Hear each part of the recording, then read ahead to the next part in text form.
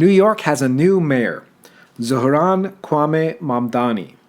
A lot has been said about the election and what it means. A lot of the commentary is about his identity and ideology, but only as far as our political system characterizes people. Islam versus Christianity. Recent immigrants versus immigrants who came over on the Mayflower. Socialism versus capitalism. But what if we were to dig deeper into the identity of Zohran Mamdani to explore the peace-forming and peace-protecting traits of our journey as a human race? How should we, as people who want peace in the world, understand the situation? Peace Vigil's own Shireen will walk us through it all in this lecture, which is also available as an article on our website. Greetings of peace.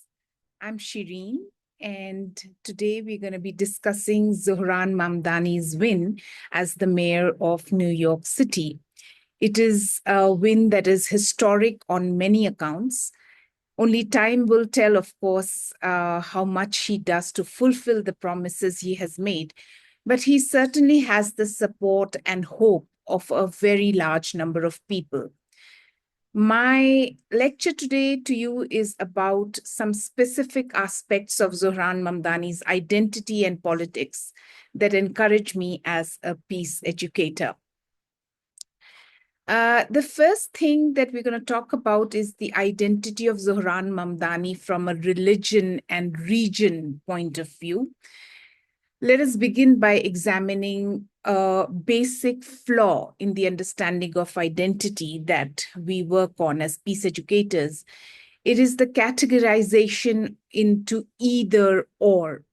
In other words, a very binary view of human beings. A man is either Hindu or Muslim, an Asian or European, and so on. In the case of Mamdani, for instance, the foremost personal attribute being ascribed to him is that he is Muslim. The other major identity attributed to him is South Asian. His Wikipedia page is now showing him as South Asian Ugandan, but that is not how he has been largely identified. This is problematic because even though it is true that Mamdani has self-identified as a Muslim, it does not change the fact that he is of a mixed Hindu-Muslim heritage. His mother, the renowned filmmaker Meera Nair, hails from a Hindu family. He grew up celebrating Diwali, Raksha Bandhan, and Holi, and is at ease visiting temple and even donning a tilak, also called tika, on his forehead. Perhaps the most visible sign of his Hindu heritage is the often present red thread on his wrist called a mauli or a kalava. It is worn by many Hindus with the belief that it wards off evil or protects the wearer from negative energy. Mamdani often wears it, reflecting his mixed cultural background. In addition to giving his vote and full public support as a member of New York State Assembly to the bill that established Diwali as a public holiday, he has visited temples and cultural centers of Hindu communities of not only India, but Nepal, Trinidad, and Guyana. He has also publicly participated in Diwali celebrations. In terms of a regional identity, while Mamdani is defined as a South Asian, we must be clear that it is a vast encompassing term. I do not mean this only with respect to South Asia being the vast territory it is. His campaign and support has certainly reflected that, from Bangladesh to Nepal to India to Pakistan to Sri Lanka. He has been quite visible in all these communities. This is commendable, but I would like to draw attention to two less talked about aspects of the South Asian vastness that is reflected in Zohran Mamdani's identity. Meera Nair, his mother, is a Punjabi woman who was born and spent her childhood in Orissa, now called Odisha, which is quite a different part of India from Punjab. This was in the late 1950s when India was a young nation As a teenager, she was educated in a high school in Himachal Pradesh and then the Delhi University. Mahmood Mamdani, Zohran's father, is of Gujarati Shia Muslim descent. He was born in the Bombay of British India's concluding phase in 1946. But interestingly, neither of Mahmood's parents were born and raised in India. They were part of the Indian diaspora. Indian diaspora communities exist across the globe and they have the unique characteristics that are distinct from India. In Tanganyika, which is now Tanzania, where Zohran's paternal grandparents were born, and Uganda, where they raised his father, Mahmoud, Indians were a very small minority. They still are. And as such, the shared Indian identity was a much more defining feature of Indians there than their personal religious or caste backgrounds.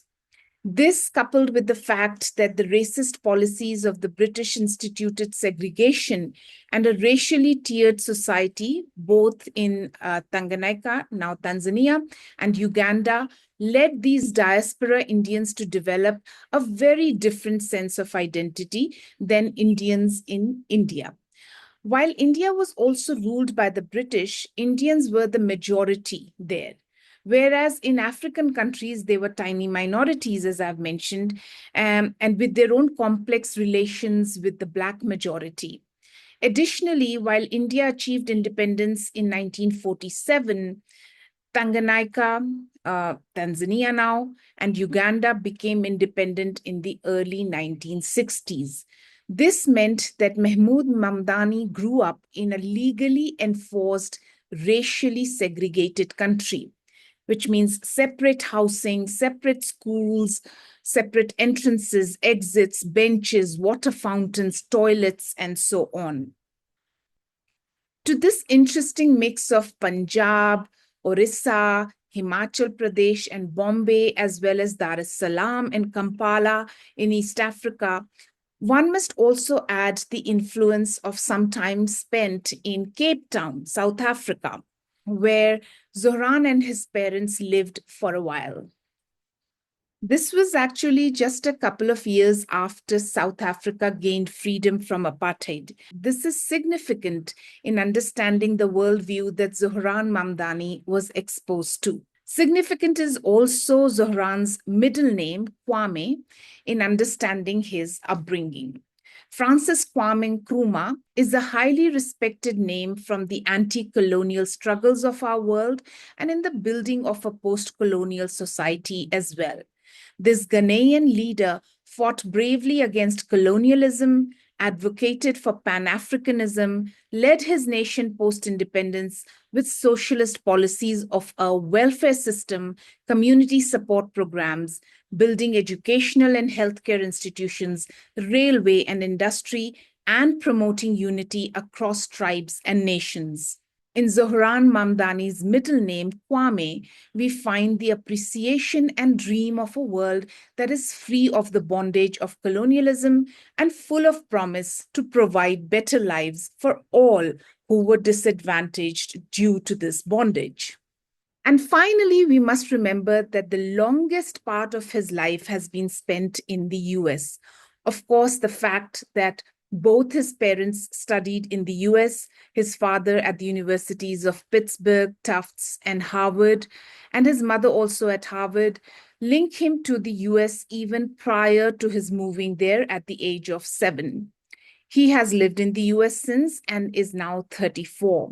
He became a US citizen in 2018. Like many immigrant children who have grown up in the US, he has the experience of observing and absorbing the US in a very different way. This is a huge asset, in my opinion.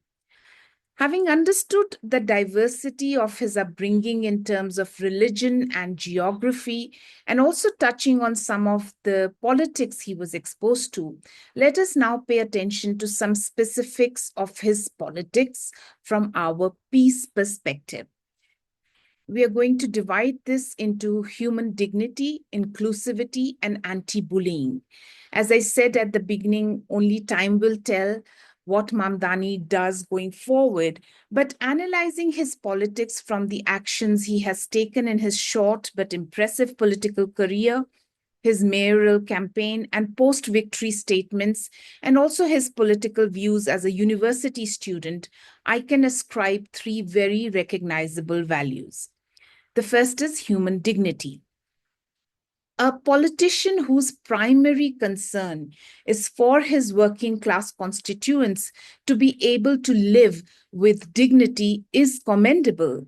In a city that boasts of immense riches and yet makes life so difficult for those who keep it going with their hard work is nothing to be proud of.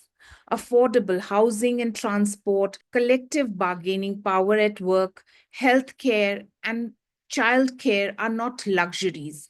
These are necessary for people to be able to live with dignity. A person is not a peg in a machine called the economy. His mental and physical well being are of extreme importance. The dignity of his family is very important. How they live, the quality of food they eat, the opportunities they are able to utilize, the care they receive when they need it, and so on. Their lives are not to be seen as serving an economy that must make profit at all costs, even at the cost of these very lives. In other words, putting lives over profit. This may come across as something that political leaders should naturally stand for, but unfortunately, it is rare. Many political leaders, despite rhetoric for votes, defend and promote the interest of the super wealthy. Mamdani proved that this norm can be broken by going on a 15-day hunger strike in 2021 in solidarity with the taxi drivers of New York City in their fight for debt relief. Due to lack of government regulation, purchasing a license called a medallion to drive a cab in New York City was costing hundreds of thousands of dollars, sometimes even to $1 million. Many cab drivers were in debt because of this and were targeted by lending scams. The hardships resulting from this crushing debt were immense for these taxi drivers, without whom New York City, frankly, cannot run. Some were even ending their lives. The New York Taxi Workers Alliance decided to start a protest with vigils, sit ins, and a number of drivers also went on a hunger strike. Mamdani joined them on this hunger strike that lasted 15 days. In our peace education vocabulary, it was a satyagraha. This act of non-violent but powerful protest by the taxi drivers, joined by Mamdani, bore fruit. The city government offered a deal which was accepted. The debt of taxi medallion owners was now capped to a maximum of $170,000, which was far less than the average medallion debt of around $600,000. The solidarity shown by Mamdani in action, not just words, to this campaign of a very significant section of the working class population of New York City earned him a trust that he continued to nourish as a member of the New York Assembly. While it is not possible to give in a lecture an entire list of prime sponsored and co sponsored bills by Mamdani, it is clear which people are his primary concern. I will give some examples of his sponsored bills. The prime sponsorship bills, some of them are, for example, prohibiting landlords, lessors, sublessors, and grantors from demanding brokers' fees from tenants, requiring average annual wage and average weekly wage of the state to be adjusted for inflation every year, phasing out of bus fares. Some examples of Mamdani's co-sponsored bills are to establish a child and family well-being program and fund for the distribution of grants for children's and families' needs in the communities, prevention of wage theft, holding people accountable for wage theft, insurance coverage for one rescue and one maintenance inhaler at no cost, preserving access to affordable drugs, and stopping violence against sex workers. Zohran Mamdani does not come from a working class background. We do know that. And in many ways, he had a privileged upbringing, not in any way ultra rich, but not lacking anything. In his own words, he says, I never had to want for something, and yet I knew that that was not in any way the reality for most New Yorkers. It is very probable that the sensitivity and empathy his parents have, which is visible in their work and public stands on issues, contributed significantly to his desire to work for the larger world, despite, as I said, not coming from a working class background. So, in terms of his parents having an impact on the sensitivity and empathy, I will give just one example here. And it is of the movie Salam Bombay, which was made in 1988. It was the first feature film directed by his mother, Meera Nair. It tells a story of male children living on Bombay streets and female children pushed into prostitution in Bombay's brothels from their own perspective. The children in the movie are not seen through the gaze of someone else, which is often the case when dealing with subjects of poverty and exploitation. The children tell their own story, and it is almost like a documentary. It feels like a documentary, but without any commentary.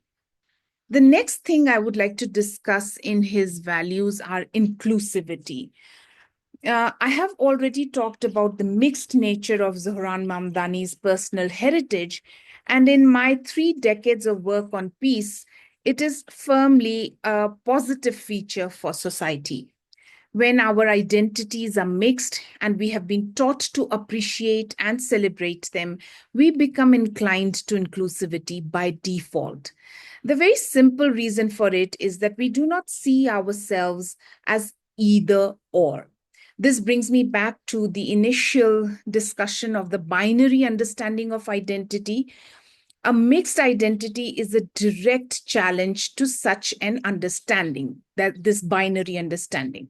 Therefore, it is not surprising that Mamdani has very comfortably gone from mosque to temple to Gurudwara to Christian prayers. There are videos of all this, and from Hindustani to Arabic to Spanish to Bangla, which is also called Bengali. An appreciation for diversity also makes it easier to accept and respect identities that may unfairly face censure and rejection in society. Mamdani has been a vocal supporter of LGBTQIA+ rights. His election, both in the primary and general elections, was widely celebrated in the community. Formal statements praising him were issued by one of the largest LGBTQIA+ advocacy organizations, GLAAD, GLAAD. He was praised for representing the values of fairness, dignity, and respect for all community members, including LGBTQIA+ New Yorkers. He has also stood for the rights of sex workers and their protection from violence and exploitation. While his position on the legality of sex work seems to have changed over time, he has continued to advocate for the safety and well-being of sex workers over criminal prosecution. He also supported a bill aimed at decriminalizing certain aspects of sex work. Both of the two examples that I have just given may appear to be in contradiction to what our societal conditioning leads us to believe of practicing Muslims, even by Muslims themselves. Yet Zohran Mamdani has so often said, and also shown through the legislations he has proposed and supported, that inclusivity is a hallmark of his vision. He has used the terms acceptance and celebration for the diversity of New York City, which is truly music to my ears as a peace educator.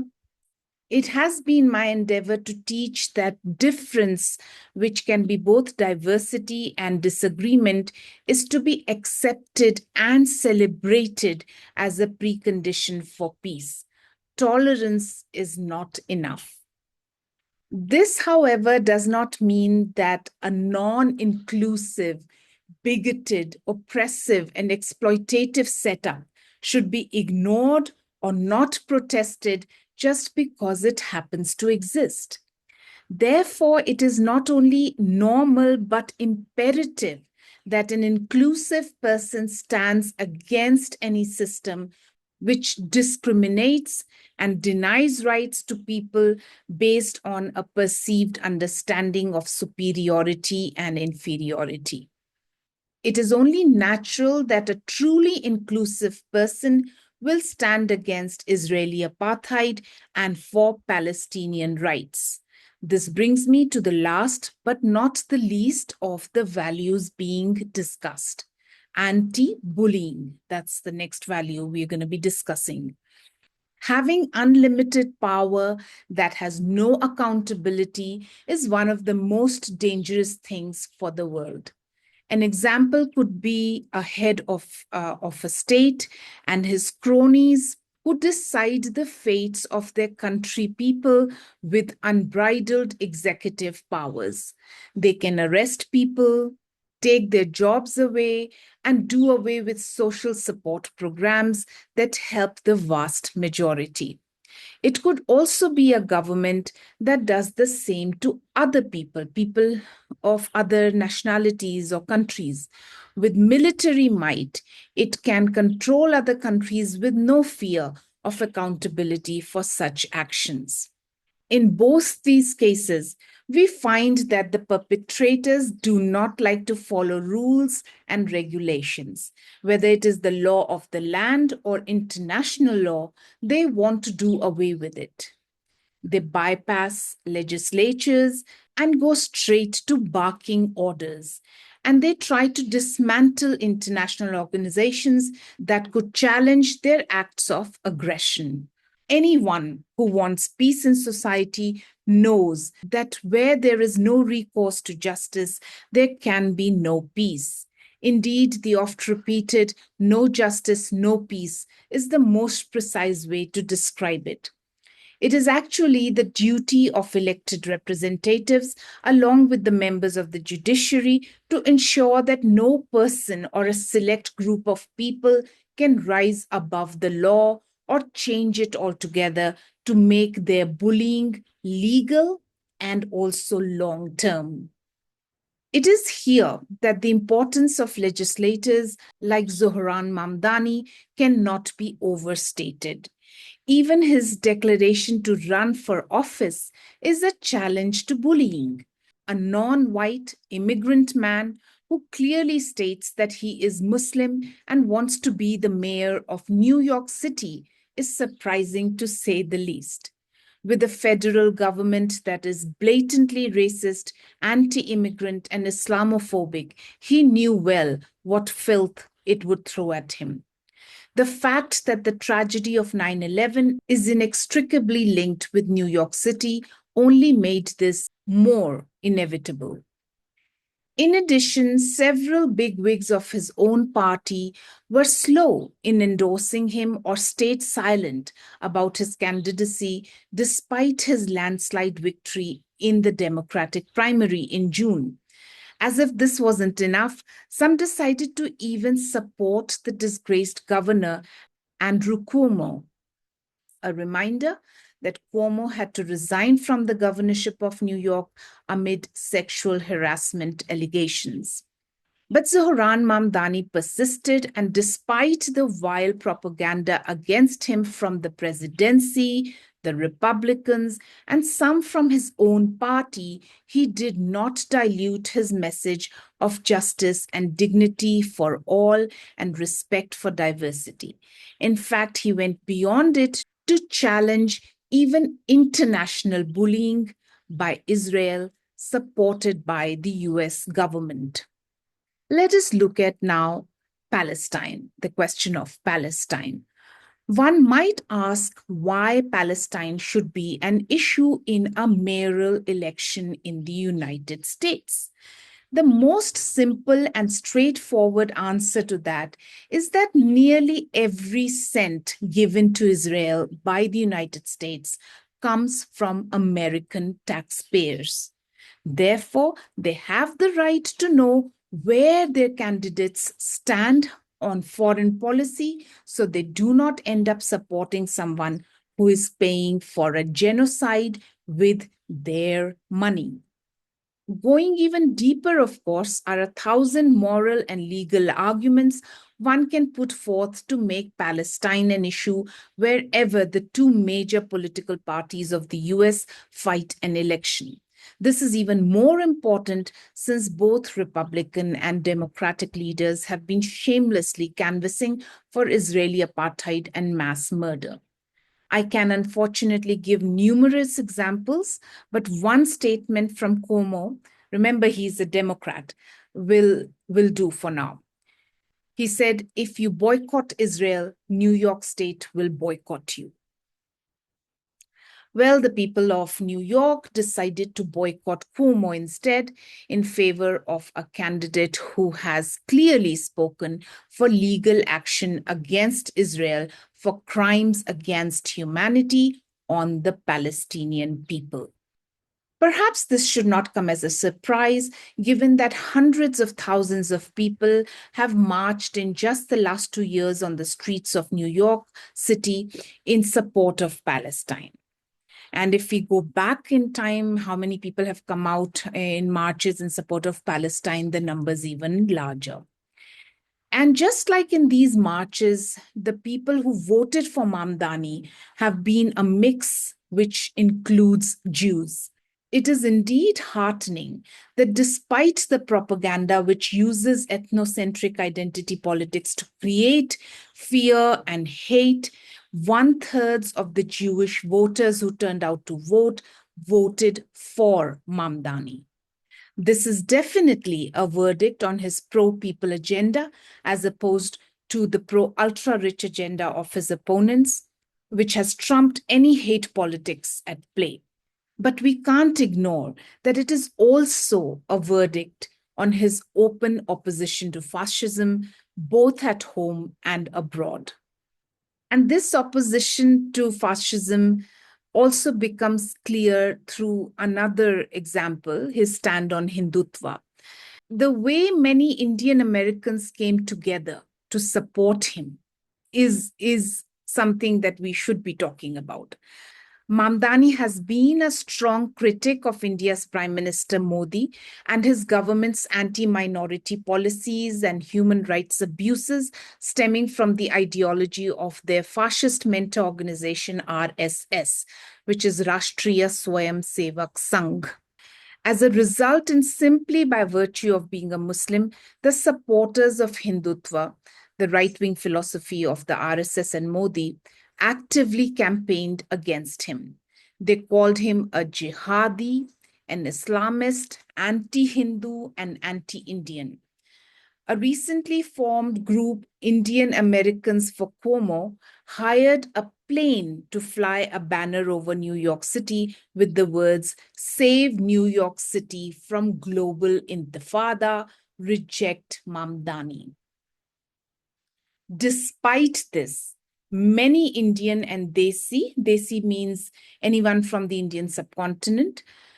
So many of the Indian and Desi groups endorsed Mamdani. Notable among them is Drum Beats. Drum Beats stands for Desis Rising Up and Moving Beats, which is affiliated to Drum, which has the same full form, which is one of the oldest organizations for working class people of Desi origin in the US. While I do not have data on how many Hindus voted for Mamdani, he received over 87% of South Asian votes, which is an overwhelming majority. He also received almost 50% of the overall Asian vote, which is the biggest share of all the three candidates. And to the claim that it was the Muslim vote that made him win, let us remember that only 4% of New York City voters are Muslims. This makes it clear that neither the Islamophobic propaganda nor the vitriol of Hindutva was too successful. Of course, it must have worked to some extent because, as we have discussed, ethnocentric identity politics is a powerful political tool, but it didn't work in any significant way because we see Mamdani score a very comfortable win. While it is clear from the previous points I have made about inclusion that Mamdani has gone across his class, religion, region, etc., to stand with a wide diversity of communities, it is also important to recognize that the specifics of his identity make it natural for him to stand against Hindutva. In more than one way, Hindutva is the antithesis of Zohran's identity that we have already discussed. It is a philosophy of homogeneity and rejection of the syncretic and pluralistic society of India. It neither accepts nor promotes the mix that Zohran represents. I can't help but recognize this connection because apart from Palestine, his other major outside concern has been India.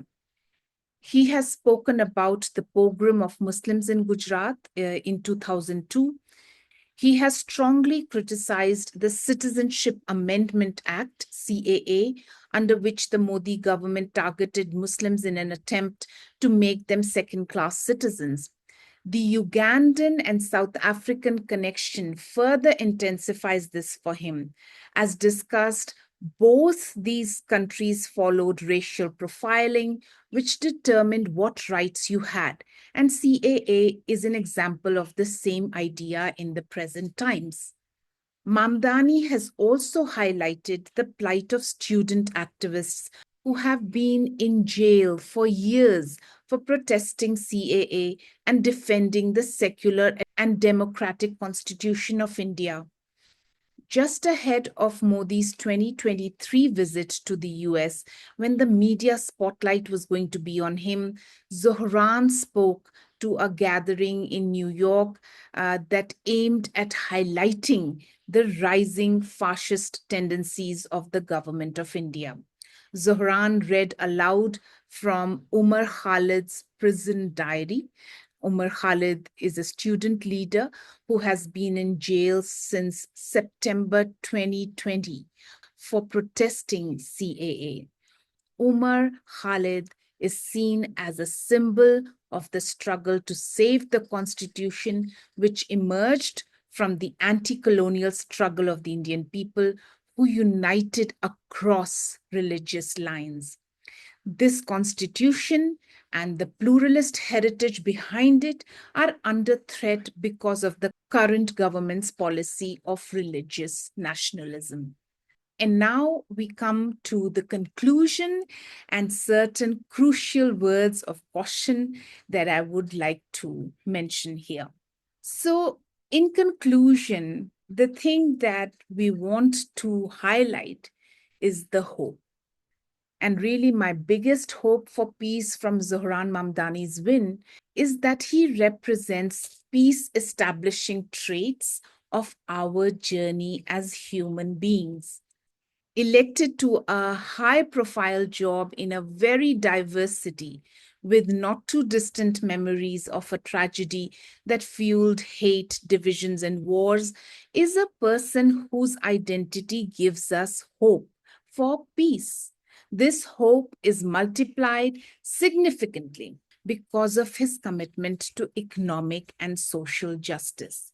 He is of a mixed heritage of two religions that have often been cited as each other's enemies. In fact, the Hindutva regime in India would prefer if no such examples can ever exist. Syncretic, blend, mix, and combined are words that fascists fear. It is what challenges the very basis of their ideology of separation, hierarchy, and hate. It is the reason why race mixing was banned in Hitler's Germany and apartheid South Africa. Mamdani also has an anti racist heritage. His father grew up in a racially segregated Uganda, which shaped his highly regarded work on colonialism, African politics, political violence, and majority minority relations. He also suffered expulsion from Uganda because of his ethnicity under Idi Amin and became stateless later when he criticized the policies of the Ugandan government under the leadership of Apollo Milton Obote. These experiences, including that of being a refugee, are part of Zohran's heritage. Also, it's important to mention that in 1965, as a student in the US, Zohran's father, Mahmoud Mamdani, took the bus journey to Montgomery, Alabama, organized by the Student Nonviolent Coordinating Committee, to participate in the civil rights movement. He was arrested, and when the Ugandan ambassador asked him why he was interfering in the internal affairs of another country, Mahmoud replied that this was not an internal affair but a freedom struggle, just like in Uganda, which had got freedom recently. So it's very interesting. A Ugandan of Indian origin showing solidarity for the struggle of African Americans. It's a wonderful example of how ideas of freedom and justice are far stronger than borders and ethnicities. And this too is part of Zohran's heritage. Both his parents, Mira Nair and Mahmoud Mamdani, are famous people who have not shied away from taking a stand against Israel's occupation and genocide of Palestinian people. There is a lot of material on the internet about Mahmoud Mamdani's criticism of Israel. Here, I want to share only one statement, and this one is of Mira Nair from 2013, when she declined an invitation as guest of honor to the Haifa International Film Festival. Nair wrote a number of tweets for all to see on the internet. She wrote, I will go to Israel when the walls come down. I will go to Israel when occupation is gone. I will go to Israel when the state does not privilege one religion over another. I will go to Israel when apartheid is over. I stand with Palestine for the academic and cultural boycott of Israel, PACBI, and the larger boycott, disinvestment, sanctions movement, the BDS movement. And the last tweet is particularly remarkable as it specifies collective action, something concrete that she's doing, supporting, so that the refusal to attend the film festival is seen as part of a larger movement by civil society to challenge Israel. Her actions turn the focus on the movement, and that is what true solidarity should be. So this is also Zohran's heritage, using your fame and privilege to speak clearly against injustice and show solidarity with movements that aim at real change. That's why so many organizations and groups working on change, economic and social, have come to support him and to endorse him. A lot of the famous people in our world shy away from taking political stands or show associations with activist movements for fear of ruining their careers. We do not see this in the case of Mahmoud, Mira, and Zohran. To summarize then, In Zohran Mamdani, we see an identity that is not only normalizing diversity, but also normalizing the mixing of people. This is a precondition for peace. Human civilization is the story of mixing. A society that segregates people can never be peaceful. Secondly, fighting injustice and showing solidarity with others fighting injustice is also inextricably linked with establishing a peaceful society. Additionally, using one's position of influence to build a more egalitarian world and promote ideas of respect and coexistence is another significant way to build peace. So, hope for peace is what I see in the election of Zohran Mamdani. Now, having said all this, it is imperative that we do not look at any person as a superhero for the values we stand for. And here comes the part where I would like to caution against things that I feel can jeopardize our journey towards a better society. So, the first thing, like I said, is that we should not look at any person as a superhero for the values we stand for. Putting all our hopes into an individual has three major flaws. One is that all of us, including mayors, work in a limiting environment. We work in limiting environments. There are powerful forces at play that want the status quo of inequality to continue. They are often the ones controlling the structures we operate in. And this is not to say at all that they cannot be challenged and that structures cannot be changed, but that it is not possible for one person or even a few individuals to change everything magically. Secondly, even heroes can change for the worse or become lax or even fearful. We must remember that. Our task then is to make sure that our heroes stay accountable and justify the faith we put in them. This means constant monitoring and involvement in the politics that impacts us. It means taking our leaders to task when they falter and to give them our full support when they are genuinely trying. Thirdly, and this may be the trickiest to come to terms with, loyalty to a party should reflect our hopes, not helplessness. Zohran Mamdani won because of the large support he had from the public. That support was not reciprocated by the leadership of the Democratic Party.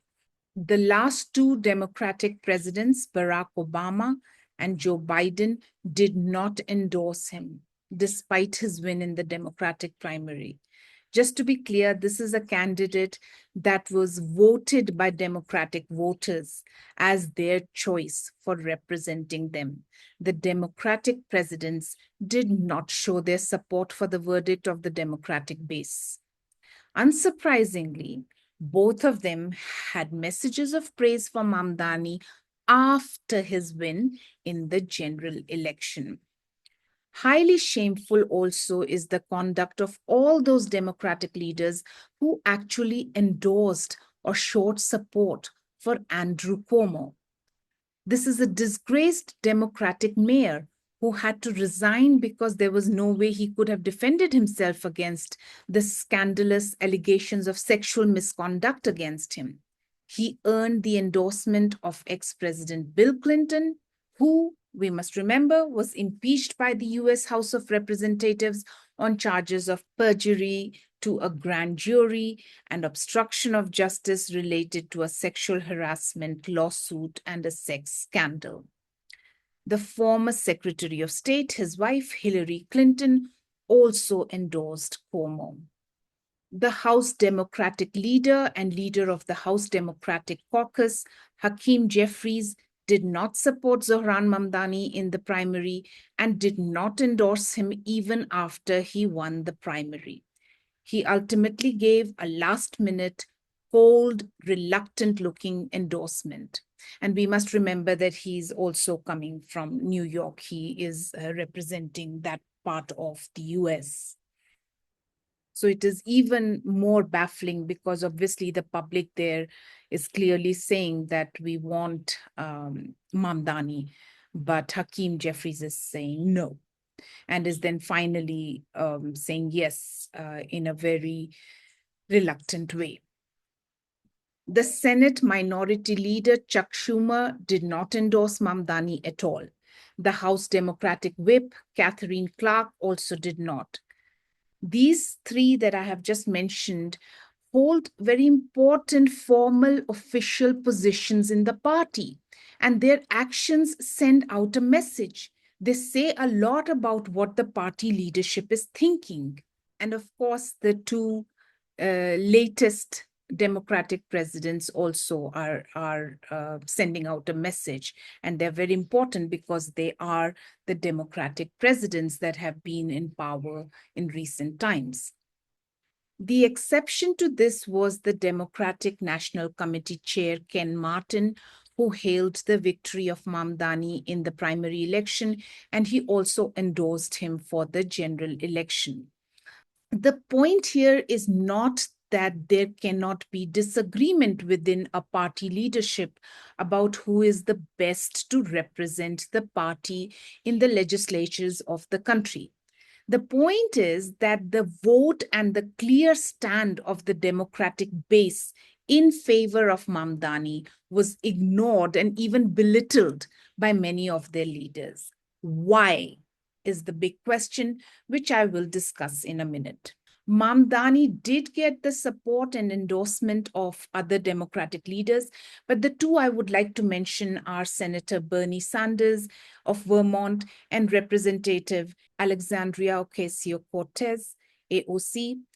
They, along with several others who also endorsed him, including Palestinian American Congresswoman Rashida Tlaib, represent a wing of the Democratic Party that has repeatedly stood on the side of equality, justice, and human rights. It is this wing of the party that is actually living and voting those values. This brings me to the reason why many powerful people in the Democratic leadership did not support Mamdani. It was clear that he had popular support. What the Mamdani election and other similar elections this cycle demonstrate is that the standard line of some of the leadership, you can't have better policies because they're not popular, is a lie. Mamdani won with more votes than any other New York mayor in recent history, despite huge opposition from moneyed interests. So, what exactly is the problem? Why should he be shunned in favor of other candidates who do not have popular support and even have scandals attached to them? There can only be one explanation: the disapproval of the policies that he proposes. And we already know what these policies are. They are policies of economic and social justice. Unfortunately, despite the rhetoric, so many of the leaders across the two political parties are funded by those who benefit from and are the reason for inequality in society. So the issue really is that of politics. Mamdani's politics is a threat to unjust systems that create and perpetuate poverty. This also extends to the issue of Palestinian genocide by Israel that Mamdani firmly decries and protests.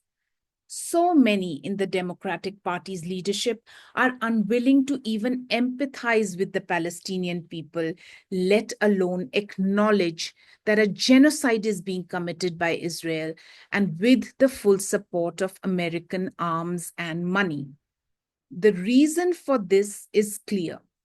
The moral compass of many of the leaders is broken under the weight of the money they receive from the Israeli lobby, the Zionist lobby. It is a tragedy that has made the US complicit in the genocide of the Palestinian people. But you see, it is not just inaction we are talking about. We are talking here also about, and that's even more important, the active promotion of Israeli interests that we can clearly see in the leadership. A glaring example is Obama making Hillary Clinton his Secretary of State. She and her husband have been shameless supporters of the Zionist project for decades. When such issues are raised, even well meaning people present the argument of, but what's the alternative? But this logic is both uninspiring and doomed to failure. On socioeconomic issues, Democrats like Andrew Cuomo are indistinguishable from Trump. After all, they are members of the same billionaire class. Polls tell us that life has been getting harder for working class people in New York, even after years of Democratic leadership. And if someone cannot draw the line at genocide, where would they draw the line? Cuomo and his allies openly used the same sort of Islamophobia and racist talk that Trump uses to demonize Mamdani. So the issue here is that of a true alternative and not just the alternative in name. The Democratic leadership must prove that it is a true alternative to Trumpian values. Otherwise, elections cease to become vehicles of change. We are told that we need to vote out of fear and therefore vote for the candidate who is maybe 2% better than the Republican candidate. This is not how a democracy should function. Elections are important. They must actually lead to real change. I'm reminded of these words of Nelson Mandela. May your choices reflect your hopes, not your fears. Let us turn the Democratic Party into a strong alternative to the values we deplore. Mamdani's election proves that it can be done.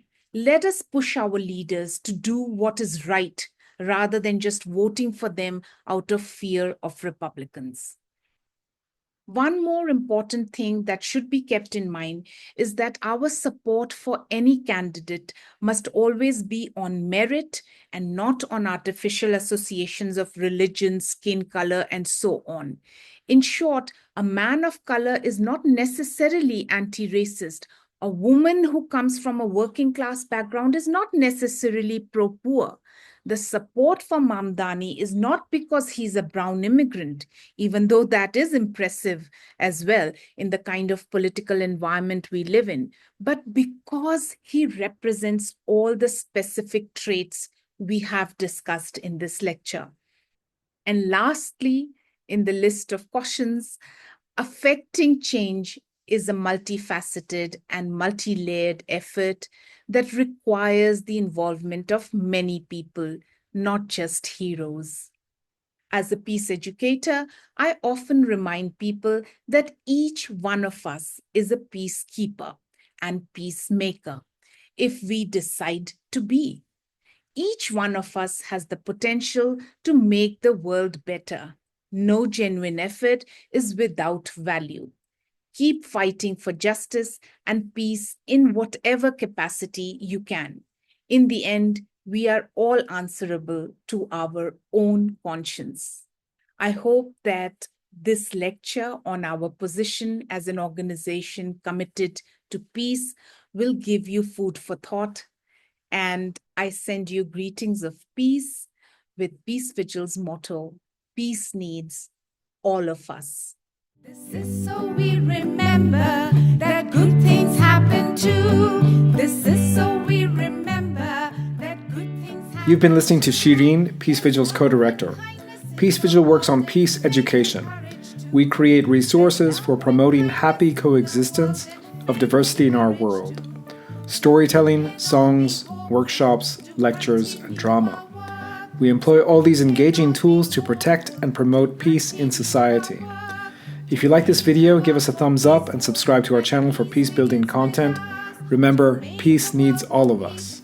And